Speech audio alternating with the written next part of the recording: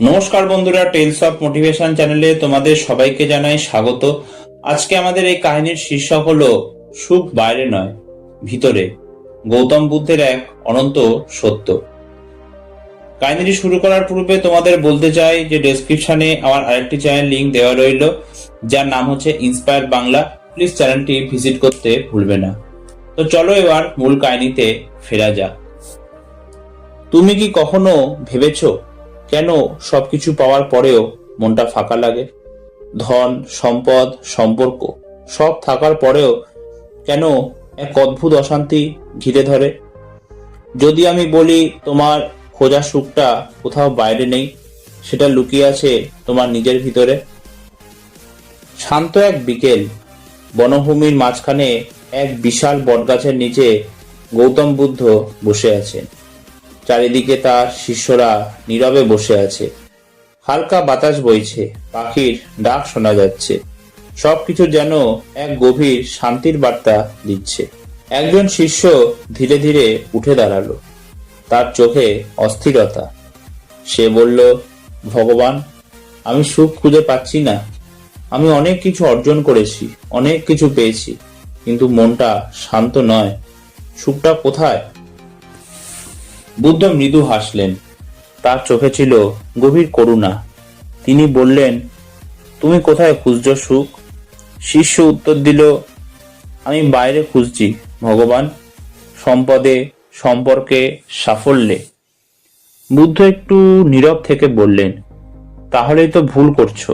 সুখ বাইরে নয়, ভিতরে। বুদ্ধ একটি ছোট্ট উদাহরণ দিলেন।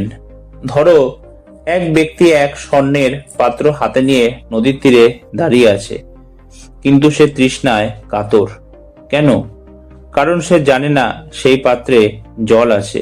সে বাইরে জল খুঁজছে, অথচ তার নিজের হাতেই জল ভরা পাত্র রয়েছে। শিষ্যরা গভীর মনোযোগে শুনছিল।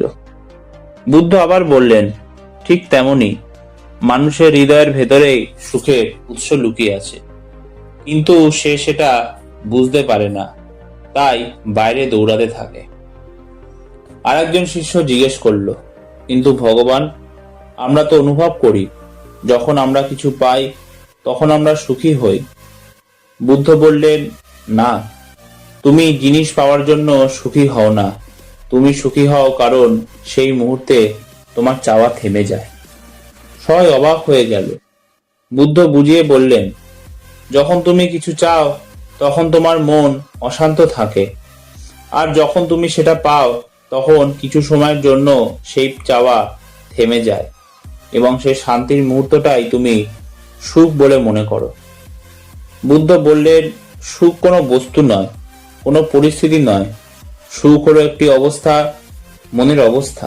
তিনি আরো যোগ করলেন, যদি তুমি নিজের মনকে শান্ত করতে শেখো, তাহলে তুমি যেখানেই থাকো, যাই থাকুক বা না থাকুক, তুমি সুখী থাকবে। বুদ্ধ তখন একটি গল্প শোনালেন। এক রাজা ছিল, যার সবকিছু ছিল, অগাধ সম্পদ, বিশাল প্রাসাদ, অসংখ্য দাসদাসী। তবুও সে সুখী ছিল না। সে একদিন এক সাধুর কাছে গেল এবং বলল, আমাকে সুখ দাও। সাধু তাকে একটি সাধারণ কাপড় দিলেন এবং বললেন, এটা পরো, তুমি সুখী হয়ে যাবে। রাজা অবাক হয়ে গেল, কিন্তু সে বিশ্বাস করে সেই কাপড় পরল। কয়েকদিন পর সে বুঝল, কাপড়টা নয়, তার বিশ্বাস এবং মনের পরিবর্তনই তাকে সুখী করেছে। বুদ্ধ শিষ্যদের দিকে তাকিয়ে বললেন, তোমরা সবসময় বাইরে দৌড়াও, আরো টাকা, আরো ভালো সম্পর্ক, আরো বড় সাফল্য, কিন্তু কখনো কি নিজের ভিতরের দিকে তাকিয়েছো? সবাই চুপ। বুদ্ধ ধীরে ধীরে বললেন, যদি তুমি সত্যিকারের সুখ চাও, তাহলে তিনটে জিনিস মনে রাখো। এক, অল্পে সন্তুষ্ট হও। দুই, বর্তমানে বাঁচতে শেখো। আর তিন, নিজের মনকে বুঝতে শেখো। যখন তুমি নিজের মনকে নিয়ন্ত্রণ করতে পারবে, তখন বাইরের কোনো কিছু তোমাকে দুঃখ দিতে পারবে না। একজন শিষ্য চোখে জল নিয়ে বলল, ভগবান, আমরা এতদিন ভুল পথে চলেছি। আমরা বাইরে খুঁজেছি, অথচ ভেতরটা কখনো দেখিনি। বুদ্ধ মৃদু হেসে বললেন, এটা বুঝতে পারাটাই প্রথম পদক্ষেপ।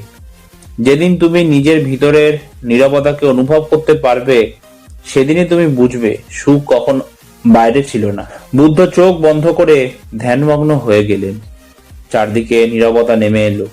শিষ্যরা সেই নীরবতার মধ্যেই এক অদ্ভুত শান্তি অনুভব করলো। হয়তো সেই প্রথমবার তারা বুঝতে পারল, সুখ কোনো জায়গা নয়, কোনো বস্তু নয়। সুখ হলো নিজের ভিতরের এক গভীর শান্তি। তুমি কি এখনো বাইরে সুখ খুঁজছো, নাকি আজ থেকেই নিজের ভিতরের যাত্রা শুরু করবে? মনে রেখো, সুখ বাইরে নয়, সুখ তোমার ভিতরেই আছে।